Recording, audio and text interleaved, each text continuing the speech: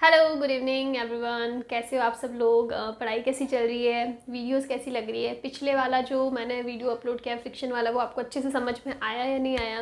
किसी भी टाइप का कोई भी कन्फ्यूज़न है तो मुझे कमेंट्स में बताना। मैं ट्राई करूँगी कि मैं उसको अच्छे से क्लियर कर दूँ।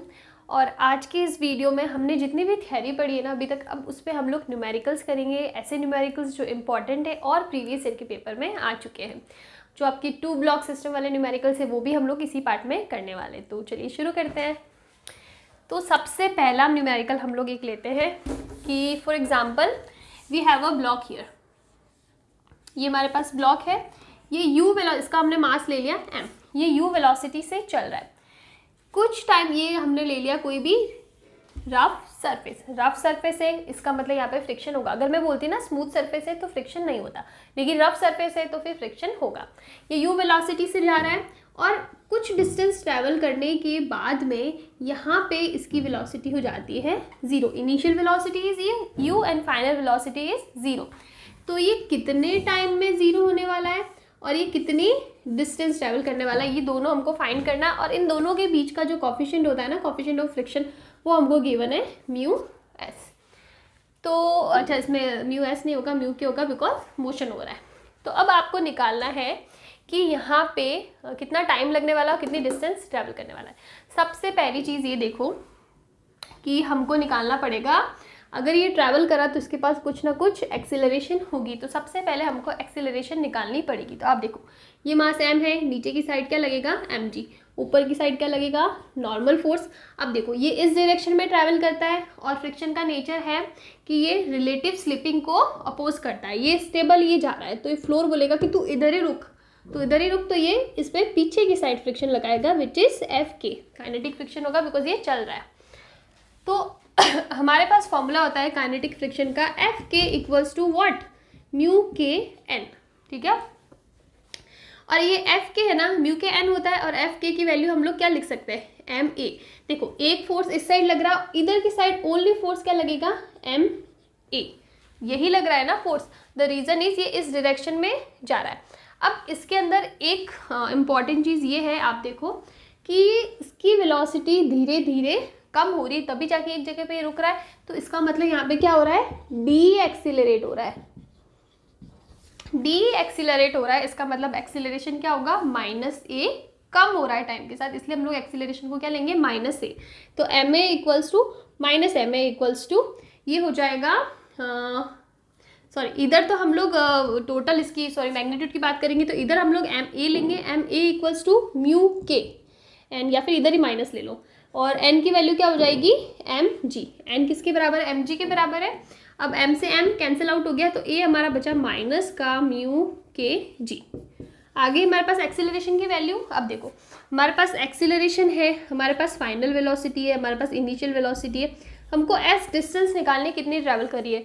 जब भी एस और वी साथ में आ रहे तो हम न्यूटन की थर्ड इक्वेशन लगा सकते हैं। इक्वेशन हमारे पास क्या है, V square equals to U square plus 2a_s, यही है हमारे पास वैल्यू। यहाँ पे फाइनल वेलोसिटी 0 है तो हम लोग you square equals to 2a_s लिख सकते हैं। यहाँ पे प्लस है, माइनस आना चाहिए, लेकिन हमारा जो a है ना वो क्या है, माइनस है, या फिर इसको चलो आप ऐसे ही लिखो U square equals to minus 2a_s हो गया। अब आप वैल्यू पुट कर दो तो हो जाएगा U square equals to minus minus plus हो जाएगा, ए की जगह म्यू के जी एस हो गया। और यहाँ से आप एस की वैल्यू निकाल दो, कितनी आ जाएगी, यू स्क्वायर अपॉन 2 म्यू के जी, ये हो गया हमारा डिस्टेंस, निकल गया। अब आपको निकालना है टाइम, तो टाइम चाहिए और हमारे पास इनिशियल वेलोसिटी है, फाइनल वेलोसिटी है, तो हम निकाल सकते हैं हम लोग लगा सकते हैं first law of first equation of motion which is v equals to U plus A T, ये होता है। अब आप देखो v तो 0 हो गया, तो u equals to minus A T, U equals to A की वैल्यू रख दो, माइनस माइनस प्लस हो जाएगा, म्यू के जी टी, जी टी हो गया। अब यहाँ से आपको क्या निकालना, टी निकालना, तो हो जाएगा u अपॉन म्यू के जी। इस टाइप से आपका टाइम निकल जाएगा। तो इस टाइप के क्वेश्चन में आ सकते हैं जिसमें फ्रिक्शन का कॉन्सेप्ट भी लग रहा है और साथ साथ में इक्वेशन ऑफ मोशन भी लग रही हो। तो इस टाइप के क्वेश्चन आपको ऐसे सॉल्व करने हैं। अभी हम लोग कुछ क्वेश्चन करते हैं प्रीवियस ईयर के पेपर से।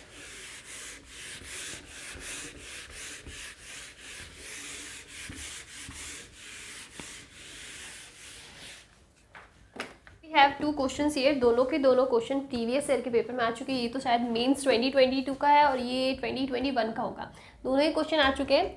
तो देखो ये जो क्वेश्चन है क्या बोला, bag is gently dropped on a conveyor belt moving at A speed. हमको स्पीड दे रखी है u = 2 मीटर पर सेकेंड। अभी हमने इससे जस्ट पहले जो क्वेश्चन करवाया ना एग्जैक्टली वही क्वेश्चन है, ठीक है। इसके अंदर बस केस ये है कि हमने कन्वेयर बेल्ट पे उसको बैग को रखा है, कुछ टाइम तक वो चलेगा, फिर वो फ्रिक्शन की वजह से स्टॉप हो जाएगा, उसकी वेलोसिटी 0 हो जाएगी। तो जिस वेलोसिटी से वो चलना स्टार्ट किया वो हमको गिवन है, फाइनल वेलोसिटी 0, और हमको जो कोफिशिएंट ऑफ फ्रिक्शन है वो गिवन है कितना है 0.4। तो हमको ये डिस्टेंस निकालनी है, जिस डिस्टेंस पे वो जितने डिस्टेंस तक वो बैग ट्रैवल करेगा उसके बाद तो 0 हो जाएगा। तो अभी हमने प्रूव किया S = क्या था, u² / 2 μ kg था। u² की वैल्यू पुट कर दो, 2 × 2 4 डिवाइडेड बाई 2 μ के, ये फ्रिक्शन का कोफिशिएंट कितना दे रखा है 0.4 multiply by g which is 10। तो S = 4/8 विच इज़ 1/2 = 0.5 मीटर, मतलब आधा मीटर चलने के बाद उसकी वेलोसिटी 0 हो जाएगी। ये तो हमने उसी फॉर्मूले को कैसे अप्लाई करना है उस पर ये क्वेश्चन है। Now the next question is, अब 2 kg block is pushed against a wall. इस पर डायग्राम भी दे रखा था, मैं बताना भूल गई। ये कुछ इस टाइप से है, यहाँ पे एक फोर्स F लगा रहे, इधर से हमने लगाया है 50 न्यूटन, और ये क्या है, वॉल है। क्वेश्चन में गिवन है कि, और इसका जो मास है ना m, वो कितना दे रखा है 2 kg is pushed against a vertical wall by applying a horizontal force. ये हॉरिजॉन्टल फोर्स कितना 50 न्यूटन। μs इन वॉल और इसके बीच का जो कोफिशिएंट ऑफ फ्रिक्शन है वो μs, उसकी वैल्यू कितनी दे रखी है 0.5 दे रखी है।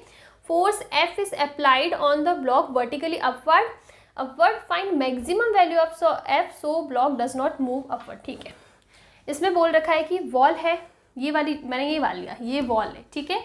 यहाँ पे मैंने एक ब्लॉक को रख दिया, यहाँ पे एक ब्लॉक लगा हुआ है, ये मेरा हाथ मान लिया ब्लॉक है, मैंने यहाँ से उस पर फोर्स लगा रही हूँ। अब मुझे ऊपर से भी एक फोर्स लगाना इस डायरेक्शन में, लेकिन वो मैक्सिमम वैल्यू कितनी होनी चाहिए जिस वैल्यू पे ये मूव नहीं करे। अब देखो मूव नहीं कर रहा है तो इसका मतलब कहीं पे भी स्लिपिंग नहीं हो रही, इसीलिए हमने क्या लिया है, स्टैटिक फ्रिक्शन का कोएफिशिएंट लिया है, स्टैटिक फ्रिक्शन होगा। ओके, हो गया। अब आप देखो कि अब हमको मैक्सिमम वैल्यू फोर्स निकालनी है जिस पे मूव ना करे, उससे जस्ट थोड़ी सी बाद की वैल्यू होगी ना, उस पर ये जो ब्लॉक है वो ऊपर की साइड मूव हो जाएगा। तो जब हमने बताया कि जब भी हम लोग स्टैटिक फ्रिक्शन की बात करें ना, तो स्टैटिक फ्रिक्शन का हमारे पास कोई फॉर्मूला नहीं होता है। तो हम लोग क्या लिख सकते हैं, सबसे पहले हम लोग जो भी फोर्सेस है वो बता देते हैं। F है ऊपर, ये इसका मास नीचे की साइड mg लगेगा। अब स्टैटिक फ्रिक्शन है, तो स्टैटिक फ्रिक्शन के केस में हम लोग जो फ्रिक्शन की डायरेक्शन कैसे निकाल देते हैं, हम लोग मान रहे हैं कि स्लिपिंग होगी, फोर्स ऊपर की साइड लग रहा है, इसी को हमको रोकना है। तो हमने मान लिया अगर ये ऊपर चलने लग जाएगा तो उस पर फ्रिक्शन नीचे की डायरेक्शन में लग गया। अब देखो आप यहाँ पे पूछा है कि ये मैक्सिमम वैल्यू कितनी होनी चाहिए कि ये मूव करे ही ना। तो इसका मतलब अगर इसकी वैल्यू ज़्यादा होगी, इसकी वैल्यू नीचे वाले फोर्स की वैल्यू ज़्यादा होगी, तब तक मूव नहीं करेगा ना। तो इसका मतलब F should be less than और equals to mg plus Fs, यही होगा। जब तक इस फोर्स की वैल्यू इससे कम होगी ना, तब तक तो मूव नहीं करेगा। इसके इक्वल या इसके इक्वल तक भी वैल्यू मूव नहीं करेगी। जैसे ही इससे ज़्यादा वैल्यू हुई, इसकी वैल्यू कम हो गई, इसकी वैल्यू ज़्यादा हो गई, मूवमेंट स्टार्ट हो जाएगा। तो अब हमारे को क्या निकालना है, इस फोर्स की वैल्यू निकालनी है। और ये क्या हो जाएगा, अगर हमको मैक्सिमम लेनी है ना, तो हम लोग F मैक्सिमम लिख देंगे इक्वल्स टू में mg प्लस Fs होगा। मैक्सिमम वैल्यू इसकी यही होगी। तो F मैक्सिमम कितना होगा, mg की वैल्यू हमारे पास है, और Fs कितना होता है μsn।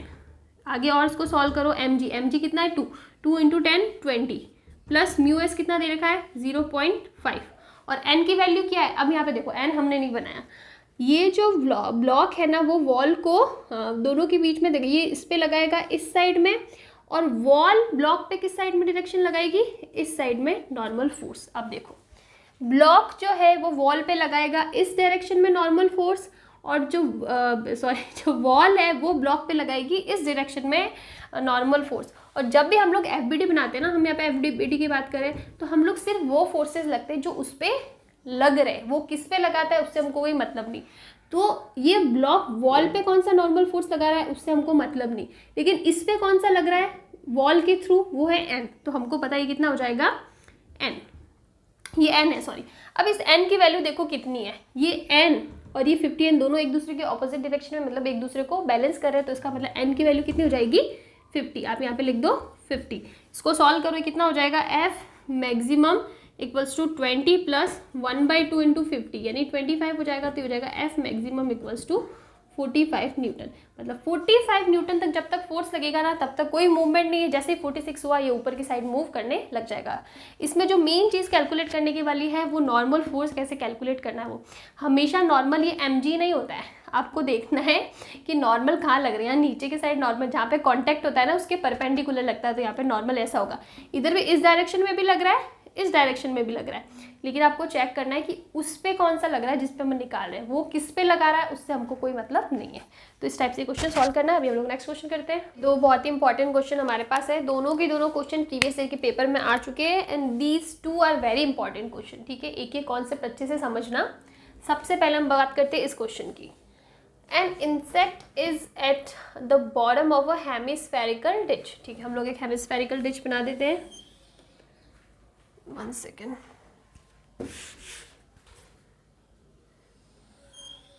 Okay, this is our hemispherical ditch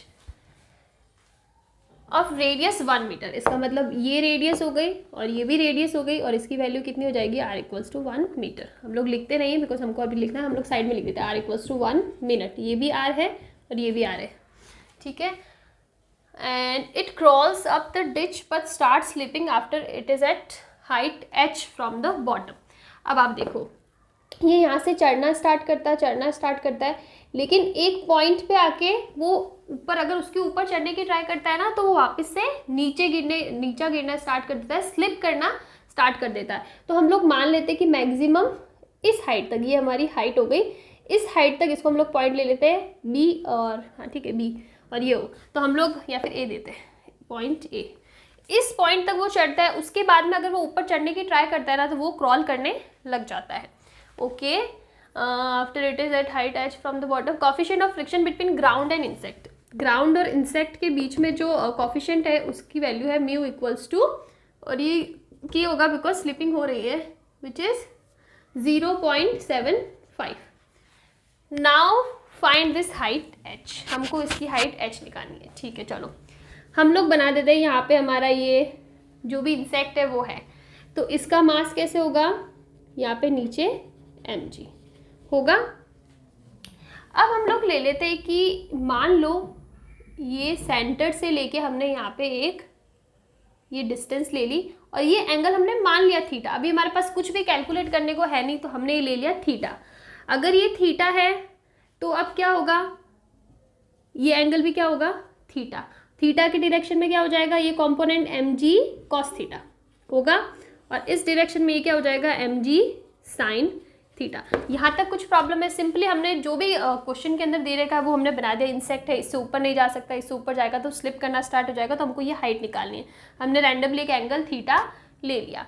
अब आपको क्या करना है, देखो ये यहाँ तक हो गया।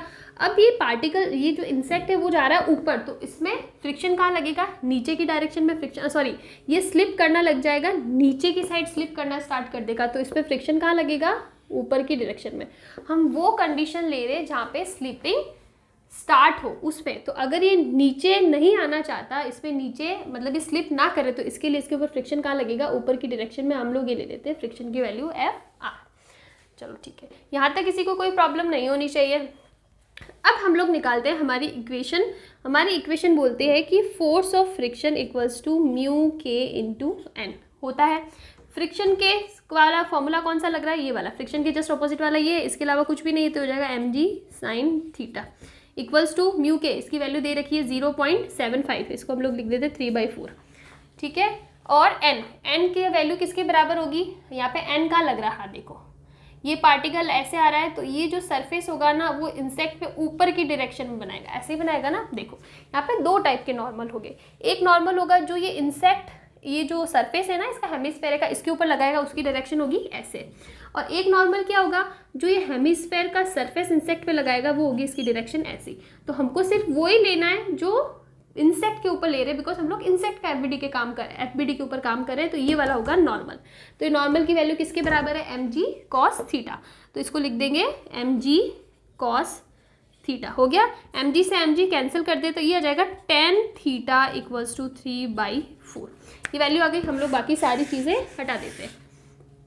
ठीक है, ये भी अभी हमारे कोई काम की नहीं है, इनको भी हम लोग हटा देते हैं। हमारे पास एक वैल्यू आई है tan थीटा इक्वल्स टू 3/4। अब देखो हमारे पास tan थीटा की वैल्यू आ गई।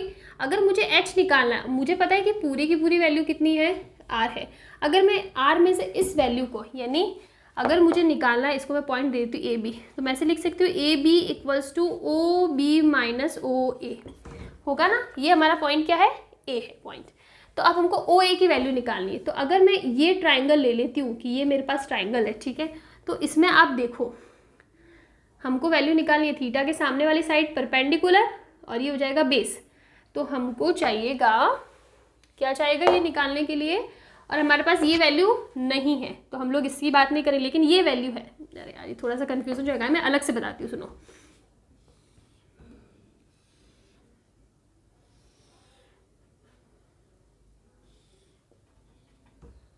This is h, this is complete r, और ये जो होगा ना, ये डिस्टेंस भी क्या होगी, ये r ही होगी ना। हेमिस्फेयर की बात करें तो ओवरऑल जो भी डिस्टेंस होगी, चाहे यहाँ से यहाँ ले लो, चाहे यहाँ से यहाँ ले लो, तो ये सारी की सारी r होगी।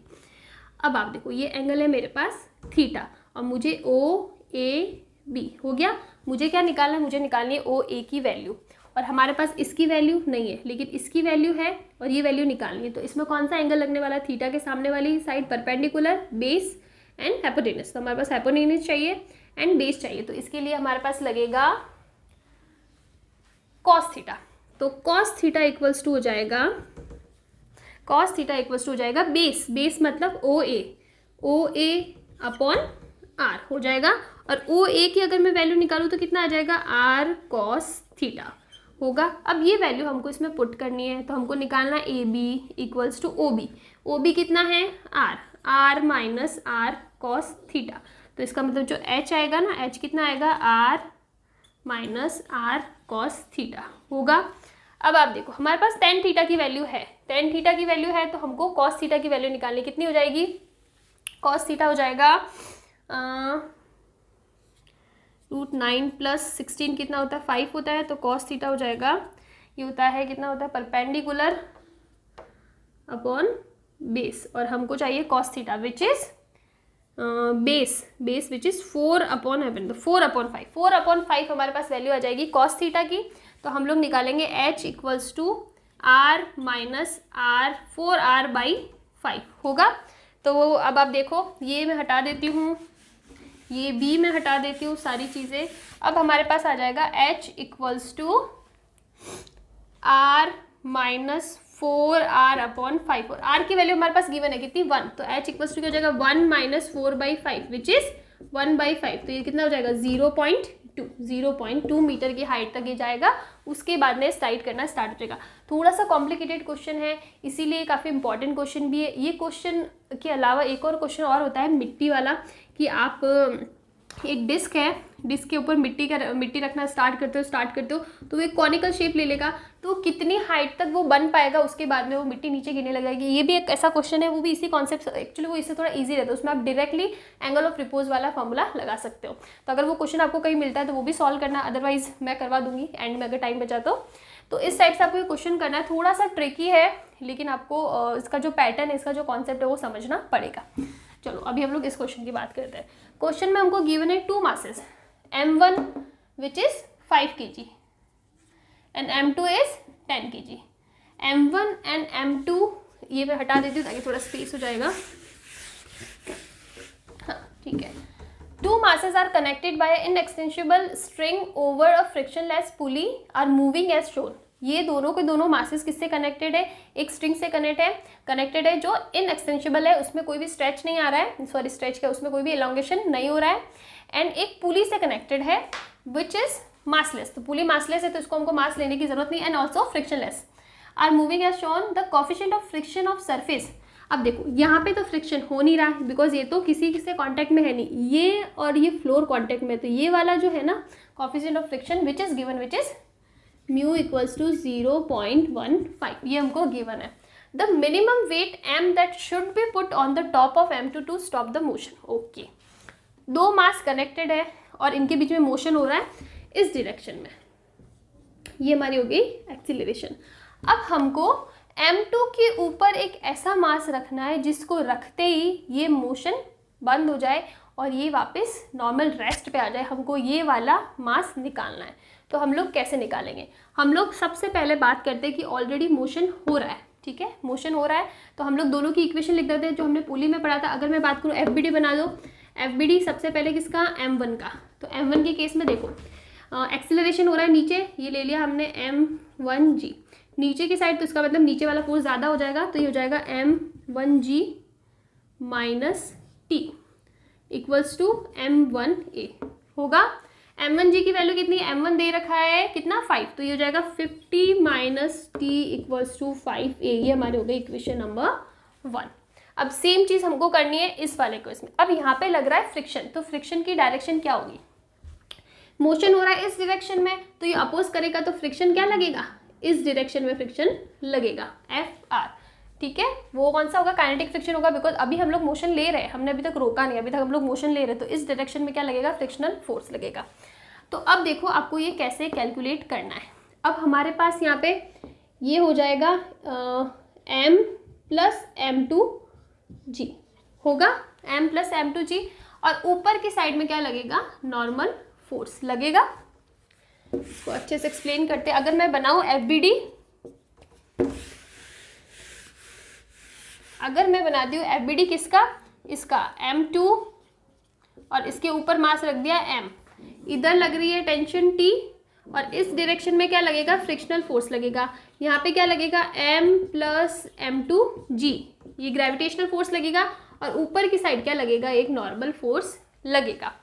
ये चीज़ क्लियर है। अब देखो आपको कैसे कैलकुलेट करना। अब मैं अगर बात करूँ, ये फर्स्ट FBD, ये सेकेंड FBD, तो यहाँ पे देखो, यहाँ पे क्या होगा,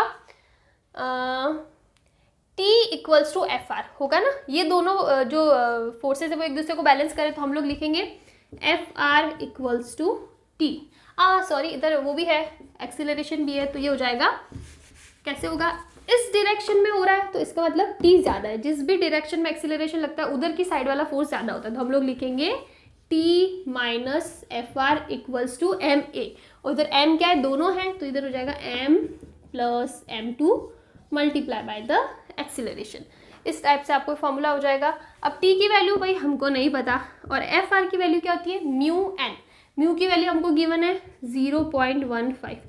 n कितना होगा, n होगा इन दोनों के बराबर होगा, n के जस्ट अपोजिट में जो होगा वो होगा, तो n हो जाएगा m प्लस m2 की वैल्यू कितनी गिवन है, 10g, ये हो जाएगा equals to again m plus 10a। ये आ जाएगी हमारी इक्वेशन नंबर 2। इस टाइप से आपको ये करना है। अब आप देखो, ये तो कंडीशन कब तक है, जब तक हमारी जो पुली है ना वो एक्सीलरेट कर रही है, दोनों के दोनों मासेस नीचे की साइड मोशन कर रहे हैं। अब हम लोग ले लेते हैं कि इसकी मास की वैल्यू इतनी हो गई कि अब इसने मोशन करना बंद कर दिया, अब कोई भी मोशन नहीं हो रहा है। मोशन नहीं हो रहा है तो एक्सीलरेशन होगा क्या, नहीं होगा, जीरो का। तो अब हम लोग मान लेते हैं कि रेस्ट वाली कंडीशन जो हमको एक्चुअल में क्वेश्चन में पूछा है कि कौन से वेट पे ये दोनों के जो पुली का मोशन हो रहा था वो रुक जाए, रेस्ट पे आ जाए, stop the motion. Motion stop करने के लिए हमको एक्सीलरेशन को जीरो करना पड़ेगा। तो हमने जो कंडीशन ली ना, आप उसमें एक्सीलरेशन को जीरो कर दो, फर्स्ट में कर दो, तो क्या आ जाएगा 50 माइनस टी इक्वल्स टू क्या हो जाएगा, जीरो। तो मतलब टी कितना आ गया, 50, टी इक्वल्स टू 50 आ गया। अब आपकी इसकी वैल्यू इसमें पुट करो, ये वैल्यू कितनी हो जाएगी, जीरो हो जाएगी। ए इक्वल्स टू जीरो है तो ये जीरो हो जाएगा। तो नीचे वाली इक्वेशन फ्रॉम सेकंड क्या बचेगा, टी इक्वल्स टू 50 हो गया, 50 इक्वल्स टू 0.15 m प्लस 10, और g की वैल्यू भी ले लो 10, वो उस साइड वाली टर्म जीरो हो जाएगी बिकॉज a की वैल्यू क्या हो गई, जीरो हो गई। आप इसको सॉल्व करो, ये हो जाएगा 50 इक्वल्स टू, इसको हम लोग लिख देते हैं 50/100, मल्टीप्लाई बाय 100 कर दो, सॉरी इसको 150 लिख दो ना, फिर ये हो जाएगा m प्लस 10, और आगे सॉल्व करो तो 50 इक्वल्स टू 15/10 यानी 3/2 m प्लस 10, क्रॉस मल्टीप्लाई कर दो, ये हो जाएगा 100 equals to 3m plus 100 equals to 3m plus 30 होगा। ये हो जाएगा 70 इक्वल्स टू 3m, तो m कितना आ जाएगा 70 डिवाइड बाई 3, निकालो कितना आएगा, ये आएगा 23.3 kg। तो इसका मतलब जब हम लोग मास की वैल्यू 23.3 kg लेंगे ना, तब जाके मोशन बंद हो जाएगा, स्टॉप हो जाएगा, मोशन अब आगे नहीं करने वाला है। तो देखो थोड़ा सा ट्रिकी क्वेश्चन था, इसीलिए मैंने प्रीवियस ईयर के क्वेश्चन लिए, बिकॉज मुझे पता है वो थोड़ा सा कहीं ना कहीं ट्रिकी होंगे, उनमें कॉन्सेप्ट भी अच्छे वाले आएंगे। तो इजी क्वेश्चन तो आप इजीली कर सकते हो। अगर ये क्वेश्चन अच्छे से हो जाता है तो आपको इजी क्वेश्चन में तो प्रॉब्लम नहीं होने वाली है। तो आपको इस टाइप से करना है। सबसे पहले सिचुएशन ऐसी लो कि हाँ एक्चुअल में मोशन कर रहा है, बिकॉज अगर आप डायरेक्टली जीरो कर दोगे ना तब भी हो जाएगा, लेकिन वो समझना थोड़ा सा मुश्किल हो जाएगा। तो आप इस टाइप से करके ये सॉल्व कर सकते हो। अभी हम लोग नेक्स्ट क्वेश्चन करते हैं।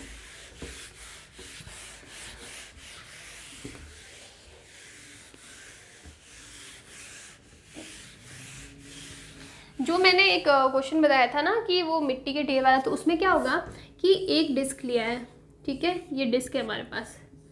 अब कोई जन इसके ऊपर मिट्टी रखना स्टार्ट कर देता हो, तो मिट्टी ऐसे एकदम ऐसे सिलेंड्रिकल शेप में तो आने वाली है नहीं। अगर आप मिट्टी को ऐसे इकट्ठा करना चाहते हो तो वो कुछ कॉनिकल शेप में इकट्ठा होगी। अब आपको निकालना है कि ये जो हाइट है ना, मैक्सिमम हाइट वो कितनी होगी। ये हमारे पास डिस्क की रेडियस होगी, ये हमारे पास हाइट होगी, और मैक्सिमम किस हाइट तक वो टिक जाएगा। उसके बाद अगर आप उसके ऊपर मिट्टी रखते हो तो वो ढेरी पूरी की पूरी गिर जाएगी, आपको निकालनी है। तो इसमें देखो ये तो बहुत ही सिंपल है। ये हमारा कौन सा क्वेश्चन हो गया जो हमने एंगल ऑफ रिपोज पढ़ा ना कि जितना तक, तो ये हमारा एंगल ऑफ रिपोज हो जाएगा। आप देखो ना इसको, ये ऐसे देखो, इससे ज़्यादा अगर ये एंगल बना, अगर ये और ऊपर गया तो वहाँ पे ढेरी जीरो हो जाएगी। तो आपको सिंपल सा निकालना है। हमारे पास formula tan theta equals to mu S होता है। यहाँ पे देखो tan थीटा कितना आएगा, थीटा के सामने वाली side perpendicular base r upon h equals to mu s, तो h इक्वल्स टू आ जाएगा r upon mu s. Simply आपको r और म्यू एस की वैल्यू दे रखी होगी, आपको h निकालना पड़ेगा। तो ये तो बहुत ही ईजी है। जो हमने इंसेक्ट वाला पढ़ा वो थोड़ा सा ट्रिकी था, बिकॉज वहाँ पे आपको जो mu S sine theta cos theta वाले कॉम्पोनेंट्स लेने पड़ेंगे। तो नेक्स्ट हमारे पास नेक्स्ट क्वेश्चन है, काफ़ी इजी सा है लेकिन सोचा करा लेती हूँ। क्वेश्चन के अंदर गिवन है कि एक ट्रक है, वो आगे की साइड मूव कर रही है, उसका एक एक्सीलरेशन है इस डायरेक्शन में। ट्रक जो है वो ओपन ट्रक है, और ट्रक के पीछे की साइड में एक मास लगा रखा है, इसके ट्रक के बैक साइड में रख रखा है मास m। तो हमें इस ट्रक का एक्सीलरेशन निकालना, मैक्सिमम एक्सीलरेशन कितना होना चाहिए कि ये जो मास m है ना वो अपनी जगह से नहीं हिले, वो एज इट इज़ पड़ा रहे। बिकॉज हमको पता है कि अगर बहुत ज़्यादा स्पीड से आप ट्रक को चलाओगे, ये वाला पार्ट ओपन है, तो ये जो मास m है ना वो पीछे की साइड, मतलब वो ज़मीन पे गिर जाएगा और ट्रक चल जाएगी, ऐसा होगा ना। तो हमको उस मैक्सिमम एक्सीलरेशन की वैल्यू निकालना है जब तक ये जो मास है वो यहाँ पे स्टेबल रहे, मूव नहीं करे। बेसिकली स्टैटिक फ्रिक्शन ही यहाँ पे रहे, स्टैटिक ही मोशन रहे, दोनों का रिलेटिव मोशन नहीं हो, तब तक का एक्सीलरेशन हमको निकालना है। तो आप देखो ये होगा ए की डायरेक्शन, ये हमारा लग रहा है मास mg लग रहा है। अब अगर हमको स्टैटिक फ्रिक्शन का केस है और हमको स्टैटिक फ्रिक्शन की डायरेक्शन निकालना होता है, तो हम लोग क्या मानते हैं कि मान लो कि फ्रिक्शन है ही नहीं। अगर यहाँ पे फ्रिक्शन नहीं होता और ये बस आगे चलती, तो ये मास m पीछे की साइड नहीं होता, मतलब ये नीचे गिर जाता और बस आगे चली जाती, ऐसा होता। तो अगर इसका मोशन इधर की साइड में होता तो इसका मतलब इसमें फ्रिक्शन किस डायरेक्शन में लगता, इस डायरेक्शन में। फिर से बताती हूँ, अगर हम लोग को स्टैटिक फ्रिक्शन की डायरेक्शन निकालनी होती है तो हम लोग ऐसा एज्यूम कर लेते हैं कि स्लिपिंग हो रही है, फ्रिक्शन है ही नहीं वहाँ पे, इसकी वजह से स्लिपिंग हो रही है। तो क्या होगा कि अगर यहाँ पे फ्रिक्शन नहीं है तो ये बस आगे जा रही है, ये ट्रक आगे जा रही है, और ये मास m ना पीछे चला जाएगा, या फिर हम लोग बोलेंगे नीचे गिर जाएगा और बस आगे निकल जाएगी। थोड़ा सा पीछे ट्रैवल करने के बाद ये नीचे गिर जाएगा और बस आगे चलती रहेगी। इसका मतलब इसका मोशन कौन से डायरेक्शन में होगा, बैक डायरेक्शन में। अगर motion relative slipping back direction में है तो इसका मतलब इसमें फ्रिक्शन किस पे लगेगा, इसकी ऑपोजिट, यानी इस डायरेक्शन के अंदर। ये आ गया हमारे पास Fr। इसके अलावा और कोई फोर्स है नहीं है, तो आप सिंपली लिख सकते हो Fr की वैल्यू किसके बराबर आ रही है, ma, कैपिटल M लिया है तो कैपिटल M ले लो। इसके अलावा और कोई फोर्स नहीं है। Fr हम लोग मैक्सिमम वैल्यू की बात कर रहे हैं ना, तो ये लिमिटिंग फ्रिक्शन होगा, यानी Fl इक्वल्स टू ma। इसकी वैल्यू क्या होती है, mu s N equals to ma। ये हो जाएगी हमारी नॉर्मल, जो बस है वो ब्लॉक पे ऊपर की साइड में नॉर्मल फोर्स लगाएगी n, और ये किससे बैलेंस हो रहा है, mg से। तो हमारे पास क्या हो जाएगा, mu s mg equals to m। ए, एम से एम कैंसिल हो जाएगा और ए की वैल्यू हमारे पास क्या आएगी, म्यू एस जी, ये आ जाएगा बस का मैक्सिमम एक्सीलरेशन। ये जो है ना, ये जब हमने लिमिटिंग की बात कर ली तो ये क्या आ जाएगा, मैक्सिमम एक्सीलरेशन। तो इस टाइप से आपको ये क्वेश्चन सॉल्व करना है।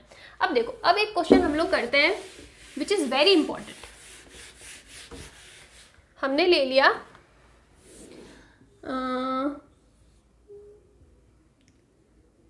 ठीक है, एक सेकेंड,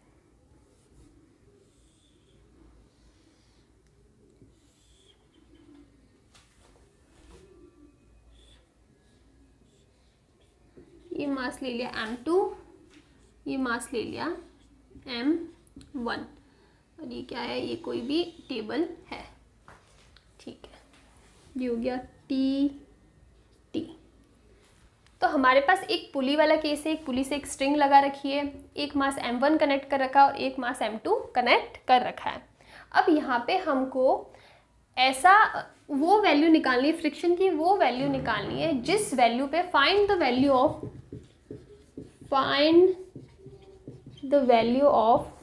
coefficient of friction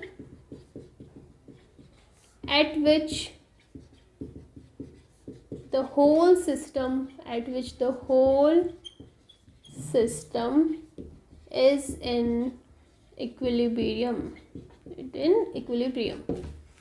अब आपको फ्रिक्शन देखो, यहाँ पे तो फ्रिक्शन होगा नहीं, ये थोड़ा सा पास में बन गया, बट यहाँ पे फ्रिक्शन नहीं होगा, लेकिन यहाँ पे फ्रिक्शन होगा ना। अगर ये स्लिपिंग होती है तो फ्रिक्शन होगा, तो हमें फ्रिक्शन की या फिर वो जो कोएफिशिएंट ऑफ फ्रिक्शन है उसकी वो वैल्यू निकालनी है जिस वैल्यू पे ये जो पूरा का पूरा सिस्टम है ना स्टेबल रहे। मतलब अगर उससे कम वैल्यू है उसकी मैक्सिमम वैल्यू निकालनी, उससे कम वैल्यू है तो सिस्टम एज इट इज़ रहेगा, जैसे उसकी वैल्यू बढ़ेगी तो मूव करेगा, तो हमको वो वैल्यू निकालनी है।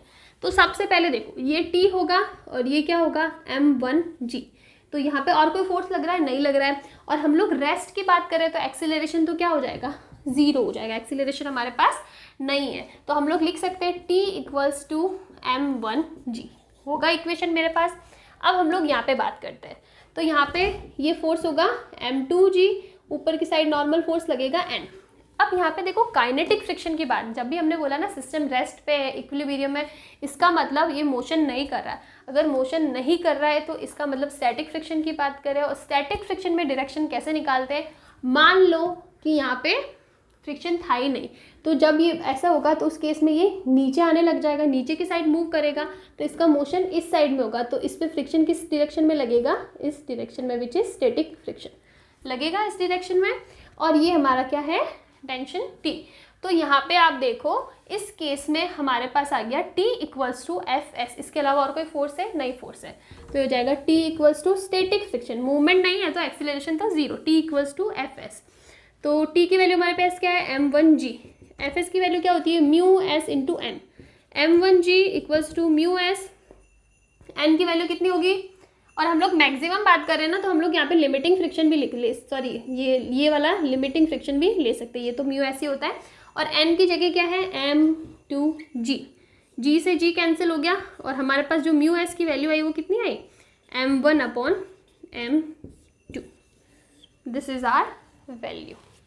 तो इस टाइप से करना है। अब ये जो मैंने न्यूमेरिकल निकाला है ना, देखो ये आपको याद कर लेना इस फॉर्मूले की। जब भी हम लोग बात करें, पुली वाला क्वेश्चन होगा, एक ऐसा 90 डिग्री वाले पुली की बात करेंगे और वहाँ पे हमको सिस्टम को रेस्ट पे रखना है, तो उसमें म्यू जो होगा ना, रेस्ट पे रखने के लिए म्यू की वैल्यू कितनी होगी, M1/M2। अब ये क्वेश्चन को हमको सॉल्व कैसे करना है इससे रिलेटेड, वो मैं अभी बताती हूँ। फॉर एग्जाम्पल इसी से रिलेटेड, इसी कॉन्सेप्ट पे रिलेटेड एक क्वेश्चन आता है कि हमारे पास एक चैन है, मेटल चैन जो होती है वो, ये हमारे पास चैन है और इसका कुछ पार्ट जो है ना वो नीचे की साइड हैंग कर रहा है, ठीक है, ये इस टाइप से। अब हमको यहाँ पे मैक्सिमम कितना हैंग कर सकता है उसकी वैल्यू निकालनी है। Maximum part that can be ओवरहैंग्ड।